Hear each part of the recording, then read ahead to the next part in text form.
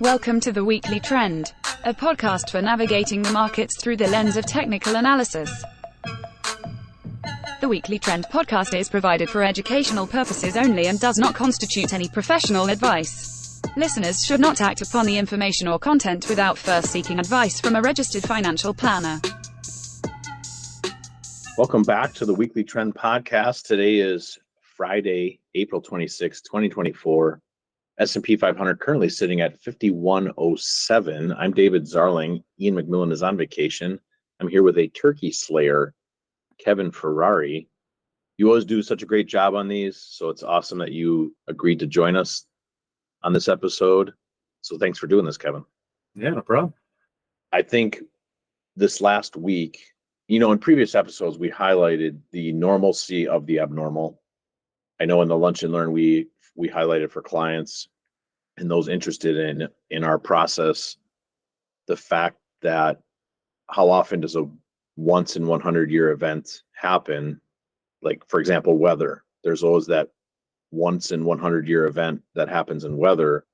But if we're only looking at a localized area, not looking at the globe, because across the globe, a once in 100 year event happens every single year. So by definition, weather is normally abnormal, and our correlation or our metaphor or example there is markets are the same. Markets are normally abnormal. And an example of that would be the frequency of 5% pullbacks in markets. That's actually pretty frequent, in addition to the fact that the average drawdown per year in US stock markets is minus 10%. Same with the average return positive on a per annual basis is 9%. So when we look at that from a behavioral perspective, you have to sit through minus 10 to get minus 9, even though both of those outcomes are the least likely outcome. So Yeah, meaning right. It's the real kicker, right? I mean, yes. Yeah, no, go ahead. Like, I don't want to monopolize here. just the fact that the average, right, is the least likely outcome, that you're really likely to see just with, right, the way markets work, fat tail events. I mean, it kind of messes with your average number, right? Everybody pretty much knows how averages work. So that essentially boils down into averages not really being all that average. It's an important aspect for investors and our listeners to remember is that when we're involved with markets, sometimes we forget why we're involved with markets because they can be painful. I'm not here to tell our listeners that the most recent 5% pullback in the market is comfortable or feels good. For some accounts, that number minus 5% used on a nominal basis or a dollar-based basis might be a fluctuation that's equal to what they earned on an annual salary.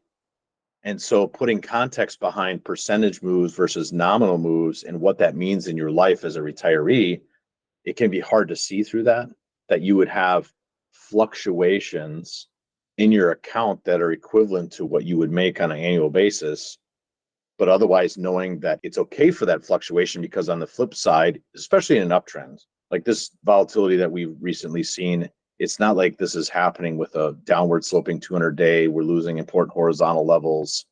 Well, we'll get to that in a minute. Maybe we are, but from a horizontal perspective, but we're definitely past 200 days of information, rising 200-day moving average. It's hard to comprehend this aspect from a nominal basis, a dollar-based basis, that you'd have this much volatility, but it's perfectly normal. The reason why we're involved with markets to begin with is they're not meant to be entertainment. They're not meant to be your friend or something fun. It's about protecting your purchasing power. When you enter and get near retirement, these things matter. The cost of taking care of your livelihood, whether it's health or travel, food or transportation, these things are all divided by dollars. And the reason why you're involved with markets is to protect that purchasing power. If inflation's at 8% and you're sitting in something that generates 0, your purchasing power is dropping. I've got a little bit of soapbox there, Kevin.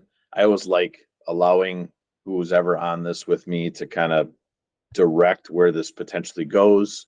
What would you like to, in this past week of information that we got, there's some things that are sticking out to you that are noticeable and worth highlighting for those listening to this? Well, I think just to your point, right? Markets are no different really than, anything else in your life. Really, it's just all about how you look at it, right? How do you frame your point of reference? Mm. Because I think technical analysis does a really good job of this, right? A really, kind of a main point is like identifying your time frame. Or you're looking at more of the near term, intermediate term, or long term? Because really, right, you look at these charts, they all look different depending on what time frame you're using, and it can I love really that. kind of set your frame of mind differently, right? And I mean, it's no different for clients looking at performance. Just like you're saying, are you looking at it in dollar terms, which kind of or percentage return terms, over what time period are you really considering this? There's really a lot of ways to look at it. That's a great point. You're saying while near term -5 to 7% feels terrible, when you really zoom out and look big picture, Yeah, no big deal. perfect. Yeah, no big deal. Perfectly normal ups and downs. And I love that you made the connection between everything in life, whether it's relationships or parenting or sports, you name it, everything has ebbs and flows. Sometimes you're in a season of change that doesn't feel good, and sometimes you're in a season of change that feels amazing. Markets are mirror that. And with a pullback that started in the start of April for something like the S&P 500, that when you bring up time frame, it's interesting because I almost wanted to use term peak to trough, but man, that's really hard because it's really a longer term time frame phrase. But to see S&P pull back 5.7%, for some that might feel terrible, but we're here to remind people that's really, in the context of an uptrend, nothing. Right. Yeah, and if anything, I think it kind of helps you identify some levels now that you can rely on for the next time, we pull back, or as if we build out a range here. I love that. You're saying, hey, what is price? If we're discounting price, if we're causing price to move lower, the economic law, supply and demand is in effect. There's more selling pressure than buying pressure to drive price lower. Now we're in what's called price discovery mode. Where are the buyers? Mm-hmm. And so we had this 5.7% pullback in something like the S&P 500. We saw some demand show up this week. Don't know if that continues, but your point is that's information. The fact that around 5,000, let's call it 49.70, 49.60 on the S&P 500, buyers showed up there. And that's worth noting. It's like old school, right? Now you're back in the pit. Got guys calling out the prices. I mean, you're really truly at the auction. You're who's bidding, where are they bidding? Great way to find out information, right? That you can use as you hopefully move forward. I mean, because if you think, right, like leading up to kind of like your COVID crash, right, you really didn't have that opportunity, to find those levels because it was like boom, Straight down. kind of right falling off the cliff. So I mean, these more kind of, I guess, controlled, if you will, pullbacks, right? Really, I think help set the table, moving forward, how you want to, really go about managing accounts. Oh, absolutely. And when we talk about being able to identify horizontal levels where we see buyers show up, it's not unlike, to your point, showing up in any other auction, whether it's for buying cattle or you show up at the farmer's market and there's a price and there's a crowd, right? If a farmer shows up at the farmer's market with his supply, I've got 30 watermelons, but yet all of a sudden the crowd swells to 50,000 people that want to buy that watermelon. Well, guess what? The price goes up. Mm-hmm. Or quite the opposite. If one person shows up, I don't need to hold on to all these watermelons. I'll go ahead and sell this one to you at a discount, Mr. Watermelon Connoisseur. And so this is what makes technical analysis powerful, is you're studying the supply and demand of the market. And when you consider what's happened in April, right, this pullback that's happened, I know this week has been positive, and that's good and great. So was the pullback. When we look at seasonality, the best 6 months of any 12-month period typically is November through April. So November, December, January, February, March, April. Well, into March, we were up about 28% on the S&P 500 using that metric, measuring from November into the end of March. We pulled back and we're still positive 20%, even at the lowest point of this pullback. We're currently sitting at 25% for that 6-month period. And that's one of the better 6-month periods that we have on record. It doesn't normally unfold that way. Mm-hmm. it unfolds positively. That 6-month period typically is better than your next 6 months, your May through October, but not to this degree. So a pullback, perfectly normal, because we don't want trees growing to the moon. Well, maybe some do, because I wouldn't mind climbing a tree and then getting onto the moon, but I'd run out of oxygen. Right. And say bring a tank with you, but that would make it pretty hard to climb. Yes, exactly. And then same thing with airplanes. At some point, they run out of oxygen when they climb that far, that fast. So digestion and pullbacks are perfectly normal. We accept that information. And quite frankly, we're heading towards the end of a 6-month period that tends to be really strong. And let's not mince words, 25% S&P 500 over 6 months is really nice. Yeah, it is. Let's not complain. Let's just enjoy it. Mm-hmm. Does it have to stay that same way? When we look at seasonality, Kevin, I know we had some things we shared before hopping on this recording. What are we seeing from a seasonal perspective that's worth keeping an eye on? Right. Well, I know we kind of talked about this at the lunch and learn quite a bit too, but kind of to your point, right, with the beginning of the year being a little bit stronger, at the lunch and learn, we like to cover, like that early year trifecta with like the Santa Claus rally, first 5 days in January barometer. Mm-hmm. The saying, so goes January, goes the year. So positive January, right, which is nice. So, I mean, kind of things aligning there. And yeah, I know, kind of your point, moving into this more late spring, early summer period. What is the saying that what does it sell in May, go away? Yeah, that's an old market saying. Mm-hmm. Which when you look at, like these seasonal tendencies and like a lot of these composite charts, we do kind of tend to see a little bit more a flat period, maybe consolidation behavior, around these time periods, and especially being, in an election year, when you look at that, those kind of seasonal periods separately too, it kind of aligns there as well. So, yeah, and I would say, I think you brought up a point about time frame. When we say, when the old mantra is sell in May and go away, well, the go away part, that's a time-based statement. mm-hmm. Kevin's highlighting that when we look at election years, and when we look at this next 6 months, let's step back. Let's pretend it's not an election year. What we know is that the next 6 months tends to be weaker out of a 12-month, any rolling 12-month period. Our point being November through April tends to be the strongest. May through October tends to be the weakest. How it unfolds obviously varies. But when we look at election years, and then you add on a layer of saying, when you have a first quarter that was more than 5% up, it is perfectly normal to see corrective behavior April and May, but yet see a positive. It's one of the stronger 6-month periods of a weak 6-month period. I'm going to try to explain that again and try to clarify that and be succinct as I can for our listeners. So stepping back, the strongest 6-month period out of a 12-month rolling period is November through April. The weakest is May through October. However, when we observe election years and when we observe years where the start of the years was as strong as like this year, while you do see April and May be weak, from that point forward, we're really strong into October. Mm-hmm. About 78% of the time, we're positive about 3% during that time frame. So there's a drawdown, but there's a reclamation of that drawdown and move higher into the election. That wouldn't be surprising to see that unfolding before us right now, is that we would be weak into May, but strong into October. And so there's some of that sitting through volatility that people have to deal with, and that's okay. Sure. I mean, I wish I could make markets go in a straight line, Kevin. Yeah, I don't know that we would necessarily have a job at that point if that's what they did, but That is true.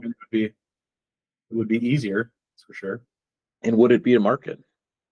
Do relationships go in a straight line? Mm. Does life go in a straight line? Does anything in life go in a straight line? No. And so why would we have any expectation that's different for a body of individuals that involves human beings? Markets by nature. And some people would say, oh, what about the algorithms? Well, who wrote the algorithms? People. Right. What about artificial intelligence? Well, we're not at self-learning in artificial intelligence yet. And maybe we will be. And I don't know the answer to that, but we're not. And whatever kicked that off was a human being anyway, and based on fear and greed, right? You don't write an algorithm to get poor in the market. You write an algorithm to try to capture gains in the market. And so the same concepts that have existed since the beginning of time, since Adam and Eve, fear and greed are what drives algorithms. And so I don't really buy the whole, well, what about algorithms? And even how you execute on what essentially that algorithm's saying too. I mean, is like a statistical arbitrage idea where then you're trying to figure out how you're going to use leverage, I guess, to, right? Time frame matters there too, Kevin. Like, I think that's such a good point that you brought up earlier, that is this algorithm written for the next 15 minutes? Mm-hmm. Or is it about scalping for the next 15 years? All the algorithms, and the beauty is they're all impacted on price. They're all the human intuition, the fear and greed, the opinions, whether they're shrewd or otherwise, are all involved in price. Mm-hmm. And that's what we see at the end of the day, is the impact that all of these things have on price. And the fact remains, price wise, we remain in an uptrend. We remain above 4,800 on something like the S&P 500. We have a rising 200-day moving average. And when we study how a 200-day moving average is created, right, we're literally looking back 200 trading days and dividing it by 200. And that's your average. And you're tracking that forward in time. That we're about to drop off a bunch of data that comes from August through October of last year. And that was a really weak period. So you're going to see an acceleration of a 200-day. Meanwhile, as you were alluding to before, this pullback and trying to identify where the buyers are, having a horizontal range with a rising 200-day is a really powerful combination. What else is worth highlighting for our listeners that they might find informative? I know in our show notes, you have a couple notes here on some really large cap stocks that might be worth paying attention to. Yeah, Meta, which I think you brought that up earlier, but kind of has a look like a potential island reversal, which is a little concerning, but we'll see here. Meta being the ticker for Facebook, mm-hmm. which I'm finally getting used to. Yeah. So you are on it. Mm-hmm. Okay. That was always a curiosity for me. I am technically on it. I don't post. I don't look. I do it for the memes, man. You're there for the memes? Do you alphabetize your memes? No, I don't print those out anymore. That's great. Mm-hmm. So you would physically deliver your memes? No, not anymore. But you used to, which I think is like another level. Like that's another, like if you stopped in my office and delivered a meme to me physically. Like in an envelope with a stamp, like actually. Yes. Yes. You would bring me back to the era of the late 90s when people are transitioning from memos to email. You're going to go ahead and send this meme to me in your office. Yep. I love it. Like inter-office fax.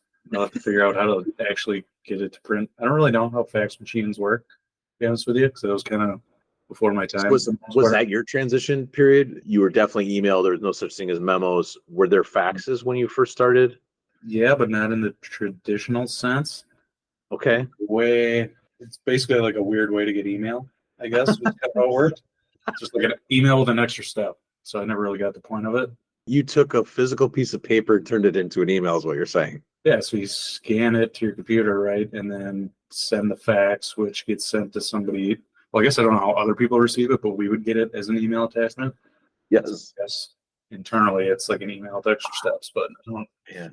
So everybody listening kind of knows where you and I exist on the spectrum of generations. It is interesting to consider. I really don't use Facebook anymore.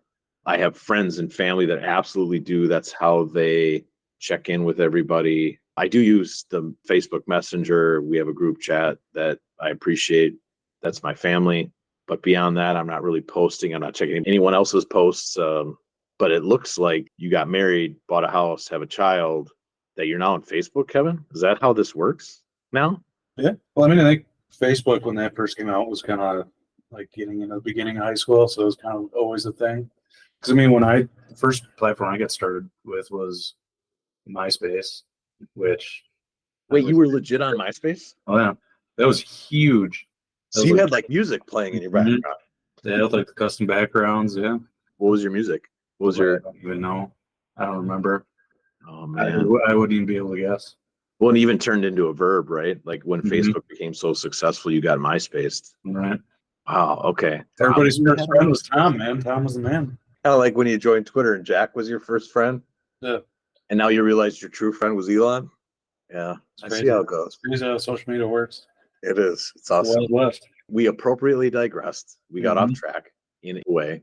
But when we look at Meta stock, Facebook stock, it had broken out to new highs on a gap being a gap in price, right? You have a closing price and you miss several points of price and you open at a new price. So there's a gap there. We recorded price for several weeks, maybe 2 months or something like that. And then we gapped down yesterday, Thursday. And that's it. Both. I'm sorry, say that again, Kevin. Earnings events for both. Yes, earning events for Meta and Microsoft. And so here we sit.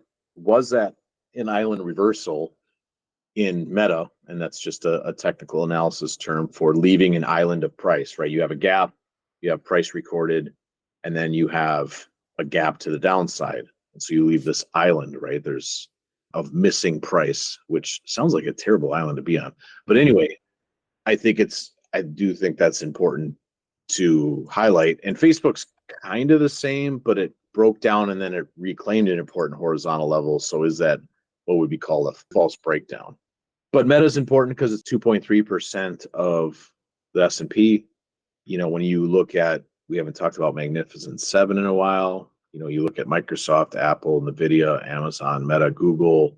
These are the largest cap. They're tech-centric, they're communications-centric, and they haven't been necessarily the market like they had been in a previous year. We've actually seen these things pull back while mid caps and small caps or things like energy have done well. Yeah, like certain areas, industrials are doing pretty good there for a while. Yeah. And so it is interesting on one hand, right? If you've got Apple below 168 or you've got a gap down on Facebook or Meta, that is information that you sit up and take notice, right? That's two major injuries in a market that's dictated by all stars. On the flip side, you see semiconductors hold up well, and something that's economically sensitive as industrials continue to lead. You have to take the weight of evidence. You don't get to just say, oh, because Meta has a potential island reversal or Microsoft has a potential false breakdown, that's it. It's just being aware of how these indices are weighted, that they're cap-centric. S&P is cap-centric, that you could see the S&P struggle. Meanwhile, there's other things that are happening underneath the surface, right? Because industrials is only 8.9% of the S&P 500. Meanwhile, technology is 30%. So you could see industrials continue to do well while tech is cools off. Right. And that's why we use technical analysis and relative strength. Yeah, and to like the point I guess I've met it too, it's really not uncommon to see like these gaps come in, get filled, and then turn around and just continue, you know, with the main trend to move higher. Mm-hmm. Exactly. So it's, you know, kind of like the same theme of like the pullback, you know, just in the market overall, like 5% pullback. It's not uncommon to see these gaps filled and then turn around, move higher. I guess it just, you have to note, I guess, the possibilities, right? If that isn't just a gap fill, you know, then what does that mean? Right. Exactly. And I would say, you know, before we pivot to a different area of the market, meaning from an asset perspective, like in a moment here, we'll touch base on bonds and maybe some currencies, commodities, maybe some crypto. I don't know where we'll end up, but I will say from an equity perspective, right, it goes back to where are logical places for supply to show up again. And we're kind of at that spot for multiple indices and areas that we made new all-time highs, the highs that were established in late 2021 or early 2022. We just recently surpassed those, but now we've pulled back into them.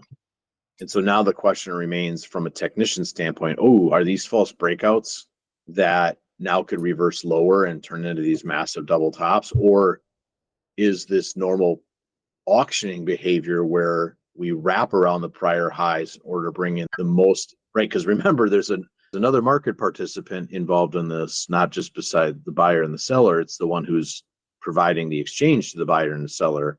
They have money to make too. And the way you do that is you cause an auctioning process that involves the most buyers and sellers. And I don't view that as some like manipulation or evil thing. I view that as just free markets. That could we see an environment, a thesis where we're wrapping around the prior highs and we're just hanging around. And that kind of fits that seasonal, you know, look kind of that we would be expecting. So I mean, you got things that seem like, you talk about weight of evidence, right? Are kind of potentially all aligning Yeah, I would agree with that. Like the picture. we have a seasonal period of April and May in election years, and in election years that start off strong, that are weak, and we're just hanging around. Mm-hmm. I think that's worth highlighting. So with all this seasonal information that we have, the market doesn't have to obey seasonality, but it makes sense that we would see the market just hang around these prior highs and match the seasonality for April and May. It might make some feel good about the phrase sell in May and go away, but then we have to be careful because the next 4 months after that tend to be strong going into the election, regardless of who your favorite politician is. So where else you want to head? I know we talked equities. You want to cover bonds or currencies or commodities? Yeah, I think we can pivot to bonds because I think it, they kind of got set up somewhat nicely, right? We're kind of talking about, I guess we think like relationships within the markets and kind of frame of reference and some of these averages, right? So I know like the 60-40 portfolio is one we talk about quite a bit, and how well that's been working out lately, which has not been too well. So I know you were kind of looking into a little bit, the makeup of kind of that 40%, right? A little bit. Yeah, and I think it's important to highlight that, you talked about MySpace. I brought up my exposure to that. I even brought up memos before emails. TPS report. Yeah, TPS reports. Even before that, if we step back as investors, right, because we're market historians, most investors, most money managers have been involved with a declining rate, rising bond environment since the early 1980s.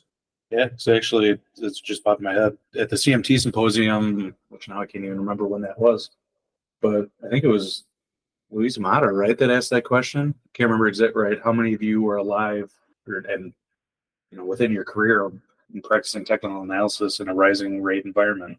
And there was what, maybe like 2-3 hands. Right, correct. Kind of wild to think about. And really important to think about because markets are really good at wearing out your patience. And when you consider that you have credit or debt that typically operates on a 40-year cycle, that's most people's investable lifetime. Mm-hmm. What I mean by that is, maybe if you're a unique individual, you're investing when you're 12, or maybe if you're unique, you're thinking about markets when you're 80. But typically these cycles exceed lifespans, or not lifespans, the majority of a lifespan. Like your professional lifespan. Correct. That's a better way to say it. Your professional lifespan. And so here you had an environment from basically 1982 to, I'll say 2020, 2021, of higher bond prices, lower rates. And because of this, and because of recency bias and confirmation bias, modern portfolio theory would say, hey, let's own some of this because it's non-correlated to stocks or equities. And therefore you have an offset, you reduce volatility, you still collect some income, but you don't have the same volatility that you would if you were 100% stocks. Well, since 2020, 2021, that has changed. And that would be my big question to a lot of people listening to this. Is your advisor coaching you through this? Does your advisor understand that the 60-40 portfolio is now basically the 100 portfolio, that stocks and bonds are now correlated, that bonds move down and that can cause stocks to go down, and you're in a rising rate environment? And so there's no longer this risk parity where you're offsetting the risk of equities with bonds. They're now at the same risk. And an example of that would be just this correction that took place in April here. If you want to call it from the very top to the low in April, S&P is down 5.5. Yet we've got long-term treasuries down 6.7, and even aggregate bonds are down 3%. So there was no protective behavior from bonds for the equity portion of your portfolio. And our clients know that we don't operate this way. We don't own bonds for the sake of owning bonds. Kevin does a great job identifying in the fixed income universe where to be positioned. And maybe you can comment on that, Kevin. I think it's unique. I don't know that there's a lot of people talking about the bond complex and where there's strength. Can you speak to that a little bit? Sure. And yeah, I guess just your point about correlations, right? That's really the risk of using correlations is they're not constant, right? Because then I guess it'd be more like a causational relationship there. And those things fluctuate over time. I mean, it might take a while for some of those, correlations to kind of flip and change, but I mean, they do change, right? So you really kind of got to monitor those the same way you would, just the assets or securities themselves. But right, like you're saying, that kind of bond portion of the portfolio, right? Because what AGG is mostly like 43% treasuries and like a quarter mortgage-backed securities. If you're looking at these different areas of fixed income, that's definitely not where you want to been, over the past couple months. Really, you're seeing kind of your lower credit quality areas. If you want to be in fixed income at all, really the place to be. So like your C's to triple C's to kind of get in and kind of some of your lower B credit areas, and even like other kind of risk off fixed income areas, like for a little while there, like emerging market high yield bonds, just things that traditionally you wouldn't think, right, to kind of include in that 40% fixed income sleeve.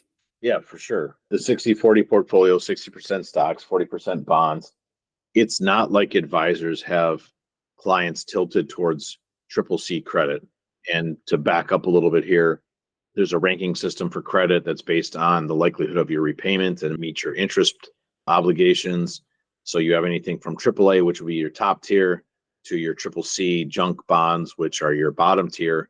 And what Kevin is saying is that when you look at that loaf of bread, they're buying the riskiest part of the loaf of bread. The investors, institutions are buying triple B, triple C credit, which is outpacing what is normally your triple A credit. Now, there's two things going on there.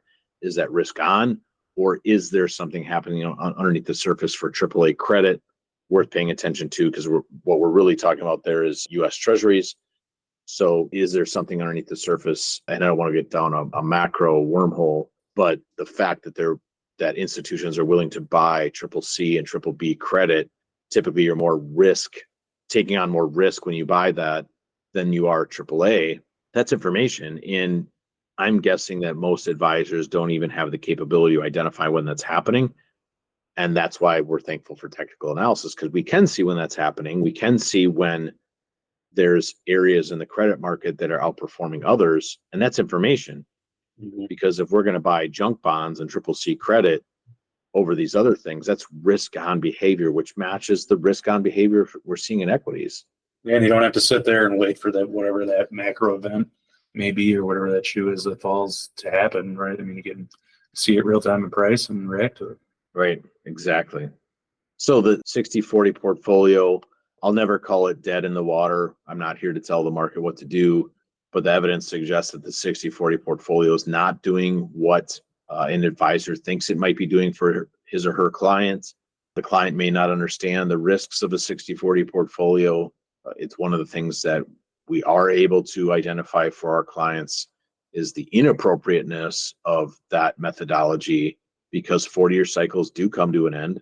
We are in a new cycle. The evidence continues to support that thesis that we're in a new cycle of rising rates and lower bonds, and therefore the 60-40 portfolio is no longer really a viable risk parity aspect, setting up an investment model or setting up an investment account. What we could touch base on a little bit that probably doesn't get enough attention are commodities. We kind of like to talk about it probably more than most, but I think the last time I was on here, we are kind of talking about commodities because I think those, we were touching on cocoa there a little bit and how crazy that's been going. Cocoa. But, I guess broad basket commodities are kind of consolidating here. Just like bonds are just hanging around. Just hanging around. Yeah. What are you doing? Nothing. Me? Just hanging around. Nice layup there. Yeah, I don't know how you deliver that physically, but it just got delivered. And I know we'll get it in this episode, but it's a digital meme. We've got things that are just hanging around. Yeah. Whether we're looking at equities at prior price levels from 2021, 2022, and you were just about to pivot into commodities. So I'm sorry for that interruption, but continue on your thought. Yeah, just, I guess we're kind of talking about metals a lot lately, Copper's still pretty strong. Gold and silver, pulled back a little bit, but they're still hanging in there, at least as of now. Cocoa's, I don't know what's going on there, but whatever's going on is still going on. Finally starting to see some life out of some of the grains, like corn, wheat, and rice. Kind of more recently here in kind of the shorter term time frame there, have been appreciating. So still some, decent signs of the commodity space. That's something worth paying attention to when we talk about higher grain prices and we talk about oil, energy, gasoline, and now you're talking about food sources like grains. And then you look at like a relationship like inflation protected securities versus your normal 7 to 10 year treasury. And here you have what looks like an inflationary environment back upon us. Mm-hmm. And do we really get to be surprised if bonds continue to struggle in that environment? That you would see higher rates? Because many would get focused on, oh, what's the Fed going to do with rates? What's the Fed going to do with rates? I make the argument the bond market already knows what's happening with rates, and it's showing us the way before the Fed even moves. And here we're in an environment where we are seeing rates rise again, which means bonds are struggling again. And here we have an environment where commodities are starting to perk up. And that thesis of seeing equities wrap around, so from a price perspective, imagine jumping back and forth above and below a line, that line being their 2021 highs, 2022 highs. That's what we saw gold do for almost a year. Oh, I'm wrong. Way more than a year, like 3 years.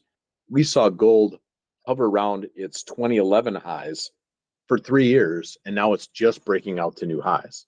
So you have this environment where you could see precious metals, industrial metals. Maybe we could talk about that a little bit. Like everybody likes to talk about gold, but what about Dr. Copper? Yeah, the copper's probably the strongest metal out there now. So hopefully it doesn't get to the point where I'm tearing out all the white copper wiring that's in my house and trying to take that in to sell it. But or that someone else is tearing it out of their house. No kidding. That's a good point.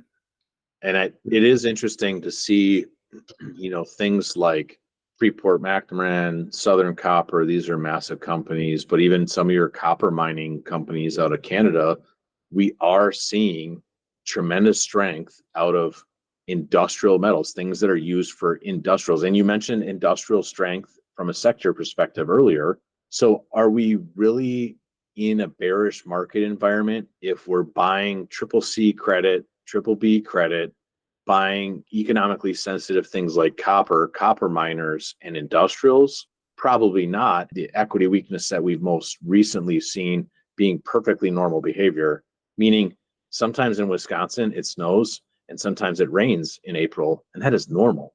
That is a normal precursor to a wonderful summer. Like there's nothing that beats a Wisconsin summer night, and those are on the verge of being here.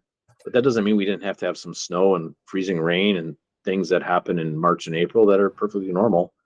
And maybe that's what we're experiencing right now in April and May in the market. It's just perfectly normal volatility and pullback. And that's okay. So we talked about gold a little bit. You mentioned grains, and forgive me, I couldn't remember if there were specific grains that you were looking at. I know you mentioned cocoa. That's not a grain. That's a soft commodity. I don't know why when I think of a cocoa bean, I don't think of it being soft, but regardless. Mm-hmm. Grains, is that across the board, or is it one specific grain that you're looking at? Yeah, I think corn and wheat more recently here. And I guess rice gets thrown in there, which is kind of one that throws me off too, that I don't necessarily always, when you think your traditional grains, rice doesn't necessarily come to mind, but been doing pretty well lately.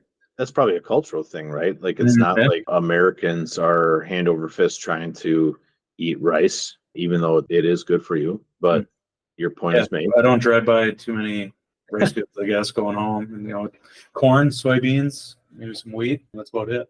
So definitely, I would think environmental for sure.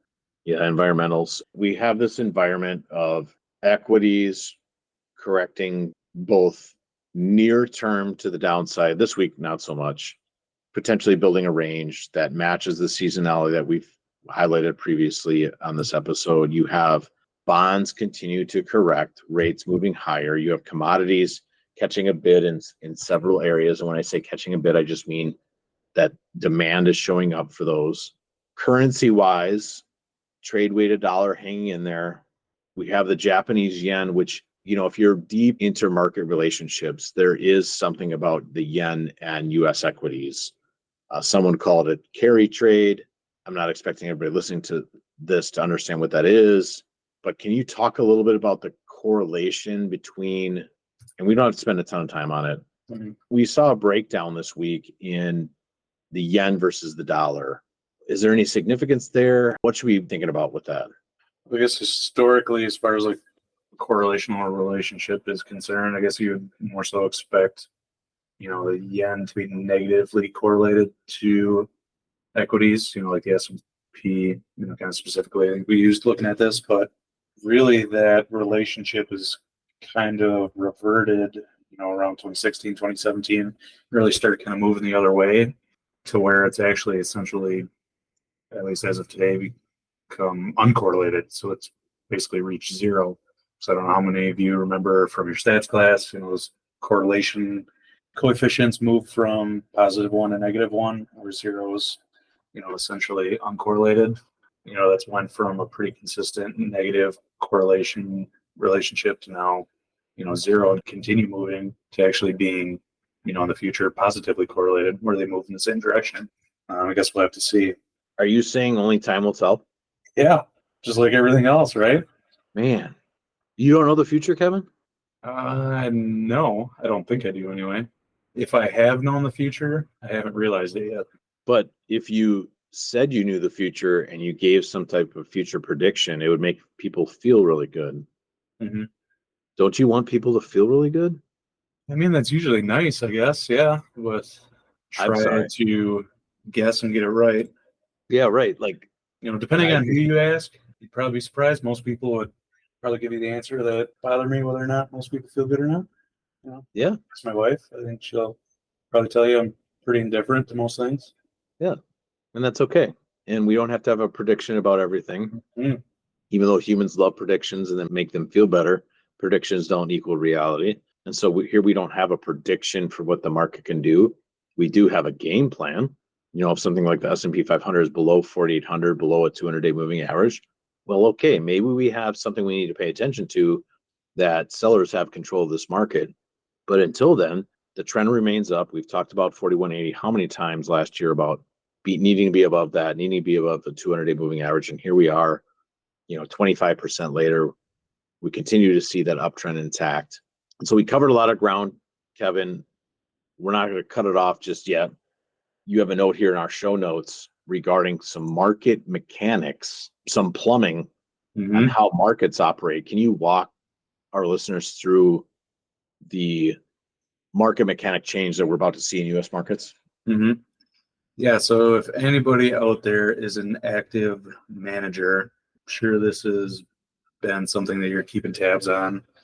So believe it or not, right, when you're transacting with the securities, buying and selling them, it's really not an instantaneous process like it seems to be. So really, kind of how that whole settlement process works, at least now, especially for, equities, right? So like stocks, ETFs, things like that. There's like a 2-day settlement period, so they call it T+2. It's really, what is it? Well, we'll use Monday because that's way easier than dealing with the weekend. So you buy something on Monday, that trade, regardless of, the direction, is not considered settled until the second day. So it would be Wednesday, which probably doesn't sound like a big deal. But believe it or not, clients do eventually need and want their money, right? So when you have to, sell things to make that money available, trying to get the timing of that figured out, or even just, making changes within portfolios, right? If you're not holding a lot of cash, it can make things a lot more confusing sometimes than you really wish they would be. So what is it? I actually forgot the date now, but I think it's May 28th, I want to say. Does that sound right? Yeah, it's the end of May where we're changing our trade settlement process. Dude, yeah, we're going to T+1, which you're probably thinking big deal, right? What's the difference? Well, things settle on next day. It's really kind of a huge change. It makes things so much easier administratively, right? If you think of distributions and things like that to handle, making changes to the accounts, you don't really got to worry about, your Reg T holdings and, how long do I have to hold this if I want to move it out again. It's going to be pretty nice. Yeah, things that most investors aren't thinking about. Mm-mm. I that, didn't even know that this whole Reg T thing existed until obviously working here. So, yeah, and it's it's a real definitely big not been a close friend of mine. T+2 has not been.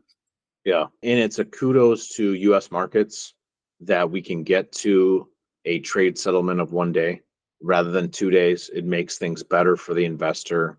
It's a faster process. I really encourage our European colleagues to get aligned on this, that they also operate under this, but first they got to get their exchanges to communicate with each other. Americans might take for granted, right? It's those things in our life that don't make noise that sometimes we don't appreciate and we should. And US market participants should really appreciate the markets that are involved in on the US side, because all of our exchanges communicate with each other. And in Europe, that's not the case.